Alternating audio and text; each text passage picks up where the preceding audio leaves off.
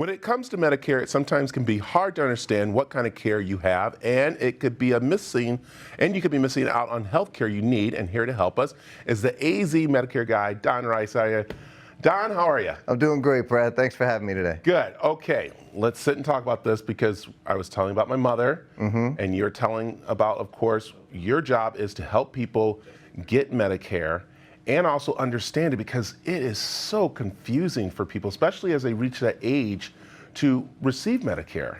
Brad, you're exactly right. Because it is only a once-in-a-lifetime transition for most people, the basic problem is when people have they need the navigation to get through the process to get the actual ID card.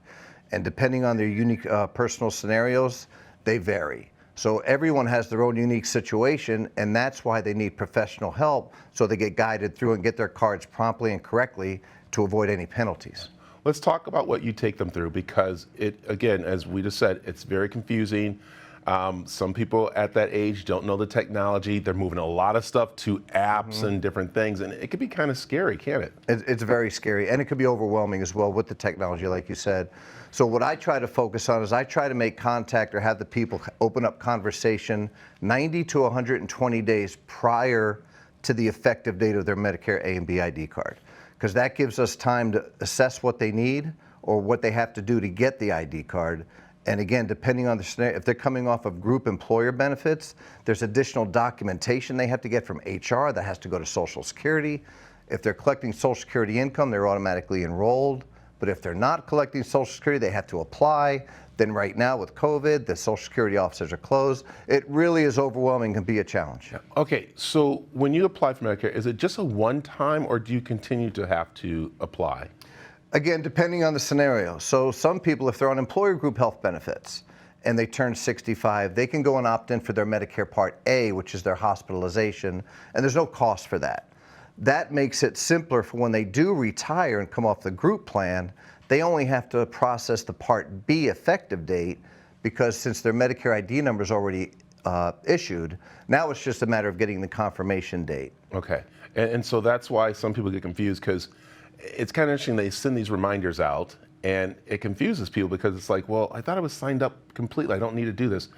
What are those reminders that they're getting in the mail? Are those for them to re-sign up, or is it just kind of like, hey, remember your Medicare date is changing, or your process is changing? Is that what it does, or? Most of the things they're receiving in the mailbox or email, most of those are probably solicitations because their 65th birthday is public knowledge.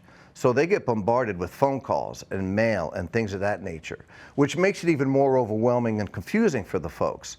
So their best thing to do is to call a professional and say, look, this is what I'm getting in the mail. This is what the phone calls I'm receiving.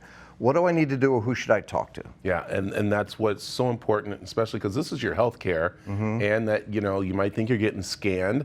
A scandal or taken advantage of, but you're really not when they sit down with you because you're going to walk through, yes, you are supposed to receive that. Yes, you are supposed to get the medicine discounts after hearing the news that you're not supposed to and stuff. So it's important to sit down with you. Exactly. So what I tell folks is when they get things in the mail, if it's from the government in any aspect, open it and read it. Yeah. If it's from anything other than that, it's more than likely a solicitation, which is fine, but just make sure you don't overanalyze. Don't get analysis paralysis by going through all this mail. Just call somebody and talk to a professional. Okay, you have an event coming up that you want to talk about that's very important. Yeah, it's a great venue. Roadhouse Cinemas in the Pavilions on Indian Bend Road in Scottsdale.